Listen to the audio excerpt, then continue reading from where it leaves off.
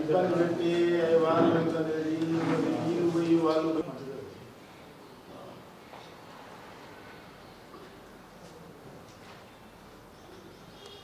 6 జిల్లాలకు సంబంధించిన నాయకులకు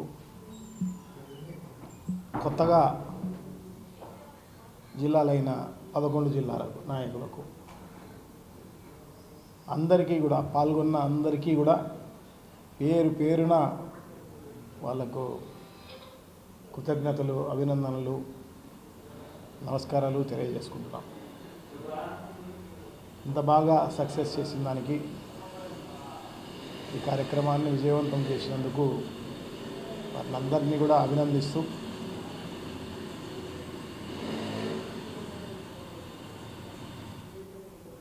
వైఎస్ఆర్ కాంగ్రెస్ పార్టీ ఈ రౌండ్ టేబుల్ సమావేశము వైఎస్ఆర్ కాంగ్రెస్ పార్టీ వాళ్ళు మాత్రమే చేసి సాధ్యాసాధ్యాలు ఎలా ముందుకు పోవాలి ఇవన్నీ కూడా ఆలోచన చేయాలి, భవిష్యత్తు ప్రణాళికను నిర్మించుకోవాలి అన్న ఉద్దేశంతో ఈ కార్యక్రమాన్ని ఏర్పాటు చేయడం జరిగింది. భవిష్యత్తులో జరగబోయే అన్ని జిల్లాలకు సంబంధించిన రౌండ్ టేబుల్ సమావేశాల్లో తప్పకుండా కలిసొచ్చే ప్రజా సంఘాలు, కలిసొచ్చే పార్టీలతో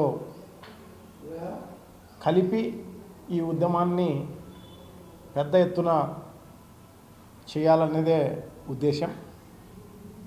సో అదే కాకుండా ప్రజల్లో బాగా అవేర్నెస్ తీసుకొచ్చేదానికి వీలుగా నియోజకవర్గ స్థాయి అయితేనేమి, మండల స్థాయి అయితేనేమి, గ్రామ స్థాయి నుంచి రచ్చబండల ద్వారా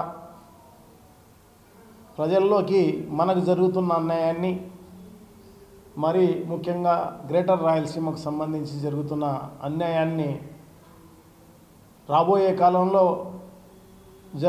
జరగబోతున్న మనకు జరిగే నష్టాన్ని ప్రజలకు, రైతులకు అందరికీ వివరించి వారందరినీ కూడగట్టుకుని పెద్ద ఎత్తున ఉద్యమాన్ని కొనసాగించాలన్నదే ప్రధాన ఉద్దేశం.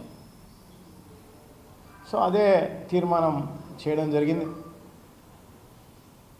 ఎందుకంటే ఇదేదో మన రాబోయే కాలంలో వచ్చే ఎలక్షన్స్లో వైఎస్ఆర్ కాంగ్రెస్ పార్టీ అధికారంలోకి వస్తే చేద్దాంలే అనేది కాదు. ఎందుకంటే బవాచావత్ ట్రిబ్యునల్ అనే ట్రిబ్యునల్ అవార్డు ఈ మధ్యలో కూడా వచ్చే అవకాశం ఉంటుంది. అప్పుడు మనం నష్టపోయే కార్యక్రమం జరుగుతుంది. అందుకోసమే ఈ ప్రభుత్వాన్ని నయాన్నో భయాన్నో ఒప్పించి ఖచ్చితంగా ఇది పూర్తి చేయాలన్నదే ప్రధాన ఉద్దేశం. ఎందుకంటే రాయలసీమ ప్రజలు, రైతులు వీళ్ళందరూ కూడా వలసలు పోకోకుండా, ఆత్మహత్యలు చేసుకోకుండా ఉండాలి అంటే ఖచ్చితంగా మనం పోరాడాల్సిన అవసరం తప్పకుండా ఉంది. మన భవిష్యత్ తరాలు బాగుండాలి అంటే తప్పకుండా మనమందరం కూడా పోరాడాల్సిన అవసరం తప్పకుండా ఉంది. ఇంటింటికి బయలుదేరాల్సిన అవసరం తప్పకుండా ఉంది. రోడ్డు మీదకి రావాల్సిన అవసరం తప్పకుండా ఉంది. వచ్చి ఆ రకంగా పోరాటం చేస్తేనే, ఎందుకంటే వ్యవసాయమే దండగా అన్న చంద్రబాబు నాయుడు గారు అధికారంలో ఉన్న పరిస్థితుల్లో ఖచ్చితంగా మనం పెద్ద ఎత్తున చేస్తే కానీ ఈ ప్రభుత్వానికి చీమ కుట్టినట్టుగా కూడా ఉండదు. అదే కాకుండా ఈ ప్రభుత్వం ఎలా వ్యవహరిస్తోందంటే దీనిపైన హేళనగా మాట్లాడే కార్యక్రమం జరుగుతోంది. ప్రభుత్వమే కాదు, రాయలసీమకు సంబంధించిన నాయకులు కూడా హేళనగా మాట్లాడే కార్యక్రమం జరుగుతోంది. వాళ్ళు నిశ్శబ్దంగా ఉన్నా పర్వాలేదు, కానీ రాయలసీమలో పుట్టి ఏదో తల్లి రూమును గుద్దినట్టుగా పాలు తాగి ఆ రకంగా వీళ్ళు కూడా అదే కార్యక్రమం చేస్తే నిజంగా చరిత్రహీనులు అయిపోయే కార్యక్రమం జరగబోతుంది. ఎందుకంటే వాస్తవాలు ప్రజలకు వివరించాల్సిన అవసరం తప్పకుండా ఉంది. ప్రజలు ఇవన్నీ వాస్తవాలను అంగీకరించాల్సిన అవసరం కూడా ఉంది. ఎందుకంటే చంద్రబాబు నాయుడు గారికి వ్యవసాయం అంటే తెలియదు. అలాగే అతను నిజంగానే ప్రజల ఓట్లతో అధికారంలోకి వచ్చిన పరిస్థితి లేదు. ఏదో ఈవీఎంల ట్యాంపరింగ్తోనో ఇంకొక రకంగా వచ్చింది తప్ప ప్రజల ఓట్లతో వచ్చిన పరిస్థితి లేదు. అందుకోసమే వాళ్ళకు ఆ విలువ తెలియదు. వ్యవసాయం చేసిండుంటే ఆ విలువ తెలిసిండు. అదే కాకుండా ఈ ఆంధ్ర రాష్ట్రంలో దాదాపు 70-75% ప్రజలు రైతులు, రైతు కార్మికులు. సో వాళ్ళందరికీ ఉద్యోగ కల్పన చేయకపోతే, అంటే వాళ్ళ వృత్తిని వాళ్ళు చేపించకపోతే ఖచ్చితంగా నష్టపోయేది ఈ రాష్ట్రమే. నిరుద్యోగులు అయిపోతారు. వాళ్ళు నిరుద్యోగులు అయిపోయి ఆత్మహత్యలు చేసుకునే కార్యక్రమం, లేదంటే ఎక్కడ ఉద్యోగం ఉంటే అక్కడికి వలసలు వెళ్ళే కార్యక్రమం చేయడం జరుగుతుంది. సో తప్పకుండా దీన్ని ఎంకరేజ్ చేయాల్సిన అవసరం ఉంది.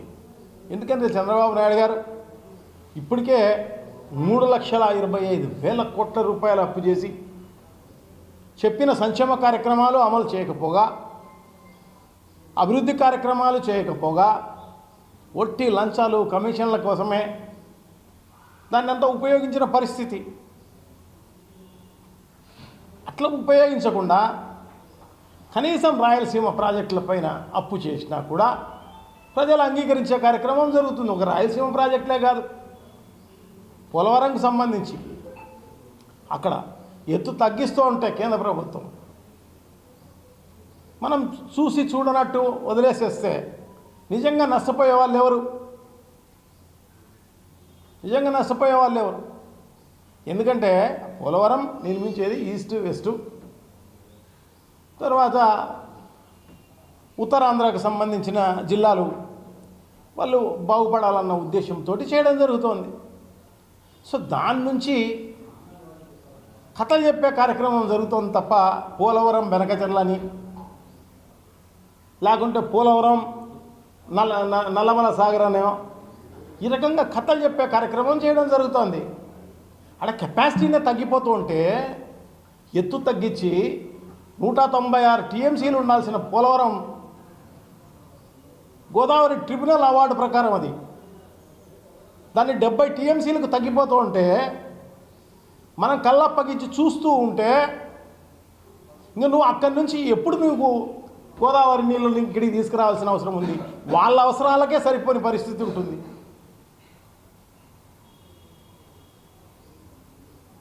ఈ రకంగా భ్రమలు పెట్టే కార్యక్రమం చేయడం, మాయ చేసే కార్యక్రమం చేయడం, తద్వారా మోసం చేయడం ప్రజలను, ఇది చంద్రబాబు నాయుడు గారికి వెన్నుతో పెట్టిన విద్య. సో దాన్ని ఎల్లవేళలా అలాగా చేసి ప్రజలను మోసం చేసే కార్యక్రమం చేస్తే నిజంగా కూడా చరిత్రహీనుడైపోయే కార్యక్రమం జరుగుతుంది. ఎక్కడ కూడా నువ్వు ఒక ప్రాజెక్టు చేసిన పరిస్థితి లేదు. నీటి ప్రాజెక్టులే కాదు, ఏ ప్రాజెక్టును మొదలుపెట్టిన పరిస్థితి లేదు. ఒక ఇండస్ట్రీ తెచ్చిన పరిస్థితి లేదు. ఒక ప్రాంతానికి మేలు చేసిన పరిస్థితి లేదు. మన పేరు చెప్తే ఒక్క పథకం పేరు కూడా గుర్తొచ్చే పరిస్థితి లేదు. గతంలో ఎన్టీ రామారావు గారి పేరు చెప్తే కొన్ని పథకాలు గుర్తుకొస్తాయి. వైఎస్ రాజశేఖర రెడ్డి గారి పేరు చెప్తే కొన్ని పథకాల పేర్లు గుర్తుకొస్తాయి. జగన్మోహన్ రెడ్డి గారి పేరు చెప్పినా కొన్ని పథకాలు గుర్తుకొస్తాయి. కానీ చంద్రబాబు నాయుడు గారి పేరు చెప్తే ఏం గుర్తుకొస్తాయి? అబద్ధాలు, మోసం, ఇవి గుర్తుకొస్తాయే తప్ప నువ్వు చేసిన మేలు కానీ, నువ్వు చేసిన పథకాల వల్ల మేలు జరిగింటే అవి గుర్తుకొచ్చే కార్యక్రమం జరిగిండు. సో ఆ రకంగా లేదంటే అర్థం ఏంటి? మళ్ళీ దురదృష్టమో అదృష్టమో 4 సార్లు ముఖ్యమంత్రి అయినావు. మరి 4 సార్లు ముఖ్యమంత్రి అయితే ఎంత సేవ చేసే అవకాశం ఉండిండు? ప్రజలకు మేలు చేసి ఉంటే తప్పకుండా నిన్ను గొప్పగా, అందరికంటే గొప్పగా చేసిన వారు అని చెప్పేసి అనేవాళ్ళు. మిగతా వాళ్ళందరూ ఈయన తప్ప రాయలసీమకు మేలు చేసిన వాళ్ళే, ఈ ప్రాజెక్టులకు మేలు చేసిన వాళ్ళే మిగతా ముఖ్యమంత్రులు అందరూ. ఇతను తప్ప. ఇతను వచ్చినాడంటే నష్టమే. వాతావరణ పరిస్థితులు సహకరించవు. చంద్రబాబు కరువు, 2 కవల పిల్లలు వెనక ముందు వచ్చేస్తూ ఉంటాయి. ఇదే కాదు, ఇదే అదని అనుకుంటారో ఏమో మిగతా రాష్ట్రాలు.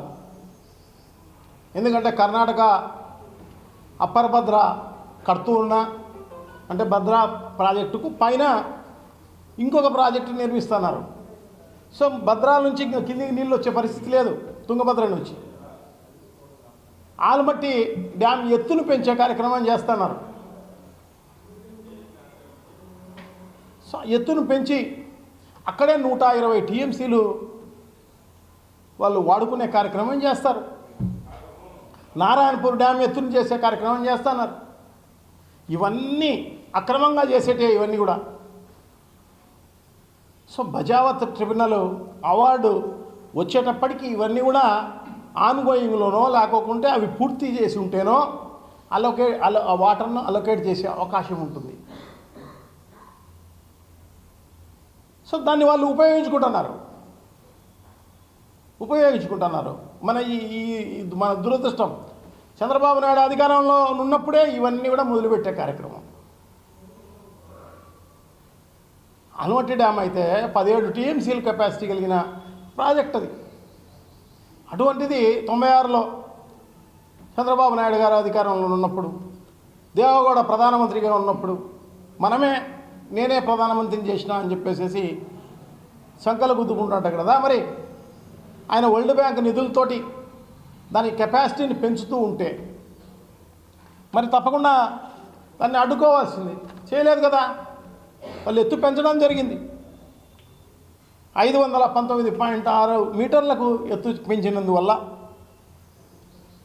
దానికి సుమారుగా 17 టీఎంసీలు తీసుకుపోయి 125 టీఎంసీలు కెపాసిటీ చేయడం జరిగింది. అదే కాదు, ఇప్పుడు మళ్ళీ అధికారంలో ఉన్నప్పుడు 524కు పెంచుతున్నా దానికి 84,000 కోట్ల రూపాయలు ఒట్టి భూసేకరణకు, ప్రాథమికంగా జరిగే పనులకు అన్ని వేల కోట్ల రూపాయలు వాళ్ళు మొన్న కర్ణాటకలో బడ్జెట్లో అవన్నీ కూడా అప్రూవ్ చేసిన పరిస్థితి. చేస్తున్నా కూడా మనం ఏమాత్రం పట్టించుకున్న పరిస్థితి లేదు. మిగతా ప్రతిపక్షాల వాళ్ళను పిలుచుకుపోవచ్చు, మేమంతా కలిసి వస్తాం. నువ్వు పిలిస్తే ఢిల్లీకి వెసుకపోవచ్చు, అక్కడ ఉద్యమాలు చేయవచ్చు, ఎన్జిటిలో కంప్లైంట్ చేయవచ్చు, సుప్రీంకోర్టులో వేయవచ్చు, ఇవన్నీ చేసి ఆపవచ్చు. వాళ్ళు అక్రమంగా నిర్మిస్తూ ఉంటారు. ఆపలేదు. ఆపకపోగా జగన్మోహన్ రెడ్డి గారు రాయలసీమ లిఫ్టును మొదలు పెడితే రాయలసీమ ప్రాజెక్టులు మొత్తం 101 టీఎంసీలు డ్రా చేయాల్సిన రాయలసీమ ప్రాజెక్టులు అవన్నీ కూడా ఎండిపోయే పరిస్థితికి రాబోతుంది రేపు. సో అటువంటి దాన్ని అధిగమించే దానికోసం జగన్మోహన్ రెడ్డి గారు 3 టీఎంసీలు రాయలసీమ లిఫ్ట్ పేరుతోటి శ్రీశైలం నుంచి డ్రా చేసే విధంగా వార్ఫుట్ బేసిస్లో దాన్ని నిర్మించే కార్యక్రమం 2020లో చేపడితే దానికి నువ్వు ఎన్జిటిలో కంప్లైంట్ చేయించే కార్యక్రమం, తెలంగాణ టీడీపీ నాయకులతోటి కంప్లైంట్ చేయించే కార్యక్రమం చేసిన పరిస్థితి. దాన్ని ఆపాలన్న ఉద్దేశంతో చేసి అక్కడి నుంచి ఆ రకంగా ఆర్డర్ తీర్పించిన పరిస్థితి. అయినా కూడా జగన్మోహన్ రెడ్డి గారు, ఎందుకంటే ఈ 101 ఈ అలోకేటెడ్ వాటర్స్, ఈ 101 టీఎంసీలు అనేవి రాయలసీమ ప్రాజెక్టులు అలోకేటెడ్ వాటర్స్. సో ఆ వాటర్స్ను కాపాడుకోవడానికి దానికి ముందుగానే అప్రూవల్ ఉంది కాబట్టి, సో దీనికి ఎత్తిపోసేదానికి పర్మిషన్ అవసరం లేదు అన్న వాదనలతోటి జగన్మోహన్ రెడ్డి గారి ప్రభుత్వం ముందుకు పోతుంటే మనం అడ్డుకునే కార్యక్రమం చేసి దాదాపు 80% పూర్తి చేయడం జరిగింది. ఇంకా బ్యాలెన్స్ ఉన్న 20% పూర్తి అయితే రాయలసీమ ప్రాజెక్టులు భవిష్యత్తులో ఎండిపోయే పరిస్థితి ఉండదు. ఎందుకంటే తెలంగాణ అనేది అక్రమంగా ఈయన కాలంలోనే, ఈయన ముఖ్యమంత్రిగా ఉన్నప్పుడే తెలంగాణ ప్రభుత్వం 798 అడుగుల నుంచే పాలమూరు రంగారెడ్డి అయితేనేమి, దిండి అయితేనేమి, కలవకుర్తి అయితేనేమి, ఇదే కాదు దీనికంటే ముందు జూరాల నుంచి కూడా నెట్టంపాడు అయితేనేమి, ఈ ప్రాజెక్టులన్నీ దాదాపు 8 టీఎంసీలు డ్రా చేసే పరిస్థితుల్లో తెలంగాణ ఉంది. ప్రతిరోజు 8 టీఎంసీలు అంటే అక్కడ కర్ణాటక దాదాపు 120-130 టీఎంసీలు అక్కడే ఇప్పుడు వచ్చే ప్రవాహాన్ని ఆపుకునే కార్యక్రమం. ఎందుకంటే వర్షాలు తక్కువై పూర్వం 140 రోజులు 130 రోజులు ఉన్న వరద కాలం ఇప్పుడు దాదాపు 40 రోజులకు దిగిపోయింది. సో ఇప్పుడు ఈ ఆనకట్ట ఆల్మట్టికి సంబంధించింది ఎత్తు పెంచి దాని కెపాసిటీ పెంచితే దాదాపు అక్కడ 120 టీఎంసీలు ఆగిపోతే కిందికి వచ్చేది ఎన్నో నీళ్ళు తప్ప 40 రోజులు ఉండే అవకాశం కూడా ఉంది. వరదల కాలం ఎన్నో వస్తే ఆ జూరాల కాడ నుంచో లేకపోతే ఆ శ్రీశైలానికి రాకముందే తెలంగాణ డ్రా చేసుకుపోయే కార్యక్రమం జరుగుతుంది. రోజుకి 8 టీఎంసీలు. ఇంకా నీకు 840 అడుగులు ఎప్పుడు వస్తాయి శ్రీశైలంలో? నువ్వెప్పుడు డ్రా చేస్తావు? అంటే ఈ 101 టీఎంసీలు మనకు అలొకేటెడ్ వాటర్స్ ఉన్నా ఒక్క చుక్క నీళ్ళు వచ్చే పరిస్థితి ఉండదు. సో దీనివల్ల ఏమవుతుంది? రాయలసీమ, గ్రేటర్ రాయలసీమ పరిధిలో సాగునీరు కదా దేవుడు ఎరుగు, తాగునీరు కూడా ఉండే పరిస్థితి ఉండదు అని చెప్పి తెలియజేసుకుంటున్నాం. సో ప్రజలు ఇవన్నీ కూడా బాగా గమనించాల్సిన అవసరం తప్పకుండా ఉంది. ఇదే కాదు, తమిళనాడు కూడా స్పందించాల్సిన అవసరం తప్పకుండా ఉంది. 15 టీఎంసీలు తమిళనాడుకు తాగునీరుకు వెళ్ళే కార్యక్రమం జరుగుతుంది. సో అది కూడా ఆగిపోయే కార్యక్రమం జరగబోతుంది. సో కర్ణాటకలో చేసే ప్రాజెక్టు అవన్నీ కూడా పూర్తయిపోతే ఇంకా కిందికి కృష్ణాకు నీళ్ళు వచ్చే పరిస్థితే లేదు. అంటే దీన్ని ఆధారపడిన నాగార్జున సాగర్ అయితేనేమి, దాని కింద పులిచింతలు అయితేనేమి, దాని కింద ప్రకాశం బ్యారేజ్ అయితేనేమి, ఇవన్నీ కూడా ఎండిపోయే కార్యక్రమం జరుగుతుంది. ఇవన్నీ మనం ఊరికే చెప్పుకోవాల్సిందే ప్రాజెక్టులని. అవి చెరువుల్లాగా కూడా ఉండవు. కానీ లక్షల ఎకరాలు కృష్ణా పరివాహక ప్రాంతం కింద పంట పండించే కార్యక్రమం జరుగుతోంది. ఇప్పుడు నెల్లూరు, ప్రకాశం, కృష్ణా, గుంటూరు, ఇవన్నీ కూడా రాయలసీమ, ఇవన్నీ కూడా కలిసి మనం అందరం కూడా నట్టెట్లో ముంచే కార్యక్రమం జరుగుతుంది. అంటే దాదాపు ఆంధ్ర రాష్ట్రంలో 70% ప్రాంతానికి ఈ అన్యాయం జరిగే కార్యక్రమం జరగబోతోంది అని చెప్పి తెలియజేసుకుంటున్నాం. సో ఇదొకటే కాదు, గోదావరి జలాలకు సంబంధించి ఆ కేంద్ర ప్రభుత్వం చేసుకున్న నిర్ణయం ప్రకారం అది పోలవరం పూర్తయిపోతే, అవి 70 టీఎంసీలకే పరిమితం అయిపోతే పోలవరం ప్రాజెక్టు, అక్కడ కూడా నష్టం జరగబోతుంది. సో తప్పకుండా, ఎందుకంటే ఈ ఆంధ్ర రాష్ట్రానికి సంబంధించి తుంగభద్ర అయితేనేమి, కృష్ణా పరివాహక ప్రాంతం అయితేనేమి, పోలవరం అయితేనేమి, గోదావరి జలాలు, సో 3 దానిలలో మనకు నష్టం రాబోతుంది. మనం ముందుగానే టేలిన్లో ఉన్నాం, చివర్లో ఉన్నాం, అన్ని రాష్ట్రాల కంటే కింద ఉన్నాం. ఇంకా మనం వదిలేస్తే సముద్రం లేకపోతాయి నీళ్ళు. ఇంకా మనకే నీళ్ళు వచ్చే పరిస్థితి లేదు. సో పైన ఉన్న రాష్ట్రాలు పైనే కట్టేసేస్తే, మనకు మోసం చేస్తే, పర్మిషన్ లేకపోయినా అక్రమంగా కట్టేస్తే మనమంతా కూడా నష్టపోయే కార్యక్రమం జరగబోతుంది. సో ఖచ్చితంగా దీన్ని అడ్డుకోవాల్సిన అవసరం తప్పకుండా ఉంది. రాష్ట్ర వ్యాపితంగా ఉద్యమాన్ని తీసుకోవాల్సిన అవసరం తప్పకుండా ఉంది. ఖచ్చితంగా ప్రతి ఇంటికి బయటికి రావాల్సిన అవసరం ఉంది, ఇంట్లో ఉన్న మనిషి.